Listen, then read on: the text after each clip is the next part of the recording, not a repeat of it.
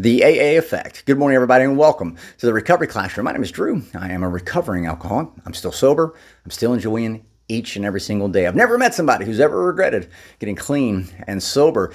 We have our Friday night crosstalk meeting tonight at 7 o'clock. If you and your friends are local to the Huntington, West Virginia area and you're looking for an actual recovery-centric meeting, one where you can walk in, sit down, and actually have a back and forth dialogue and conversation, encourage you to come on down to 5747 East Pea Ridge Road in Huntington. It's Pea Ridge United Methodist Church downstairs in the basement for what we'd like to call the quickest hour in recovery. It's always a good time. It's truly just several of us like to get together, talk about what life was like before, whenever we were still actively drinking and drugging, what life is like now, what we did to get here, what we're planning on doing to make sure we stay clean and sober. So it's unlike any meeting you've ever been to. It's a non-traditional meeting. So I encourage you to come on down tonight at 7 o'clock for our Friday night crosstalk meeting. And yes, I will be there tonight for sure.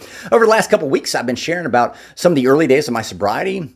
It was about this time period 5 years ago that I finally made the decision to get clean and sober. And even last week, I even shared how on July the 6th, 2021, my first day of sobriety, AA was not involved in my recovery at all. And I had been to AA meetings previously, years before that. And I remember walking in and thinking, this is a cult. They're just trying to brainwash people. Well, not for me. Of course, I left. I didn't want anything to do with it. I would get sober, relapse, get sober, relapse, the whole cycle that everybody goes through, right?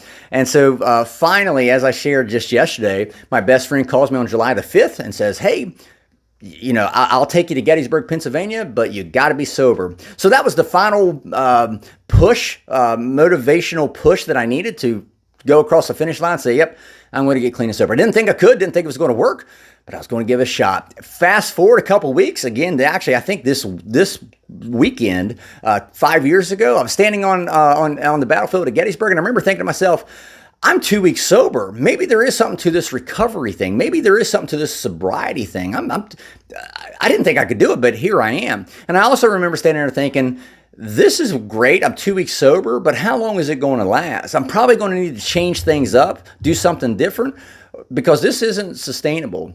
And I immediately started thinking, maybe I need to go back and start talking to people who had solved their own drinking problem. Where am I going to find these people? Inside of an AA meeting. I came back home and I started attending AA meetings in my hometown. I remember walking back in and going, yep, nothing's changed. It still seems like a cult. Still seems like they're trying to brainwash. I remember some people, sometimes, very few times, but it did happen. People would say something. I'd sit and listen. They would say something I could connect with and that would resonate with me. For the most part, that didn't happen. But again, it was better going to the meetings here in my hometown were better than allowing myself just to kind of wander aimlessly in my recovery, on my recovery pathway.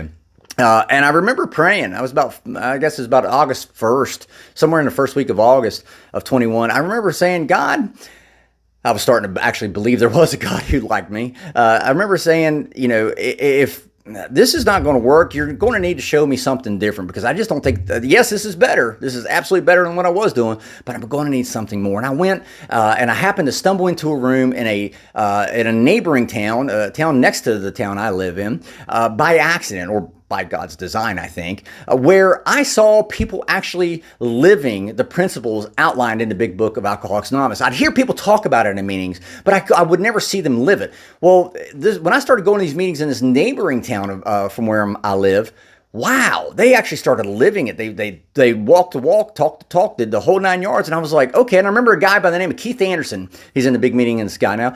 He bought me my first big book and he made me promise to read the big book. And I quickly realized, once I read the big book, the program is in the book and not the meetings. That was one of the points of confusion I had. I would go to some of these meetings thinking I was working the program, when in fact I wasn't. You can go to meetings all day long and not work the program. And that was one of my biggest mistakes that I made. And so once I started pouring myself into the big book, I started understanding the program. I started asking Keith and other people questions about what was in the big book. And the AA big book taught me the program that I was able to apply in my life to make sure I stay clean and sober. And it's still the same program that I apply even now. A lot of people say, well, Drew, you get on there and bash AA. I don't know. I don't bash anybody. I do call out things I see in the meetings, but I will never bash the AA program. The AA AA program is what helped teach me about me and helped me affect a connection with my higher power. I would never bash the program at all.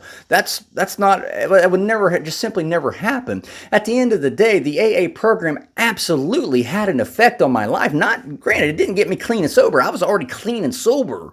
I was already sobering up, I guess you could say, by the time I came to understand the fact that the program and the meetings were totally different. The AA program absolutely had an impact and had an effect on my life, and I mean, forever eternally grateful for what it did in changing my life. So with that being said, I'm out of time. Thank you guys for letting me come in and share 5 to 10 minutes of your day with you. You guys absolutely keep me sober, and I cannot be any more appreciative. We'll be talking again soon, guys. Remember, you can't get drunk if you don't take the first drink.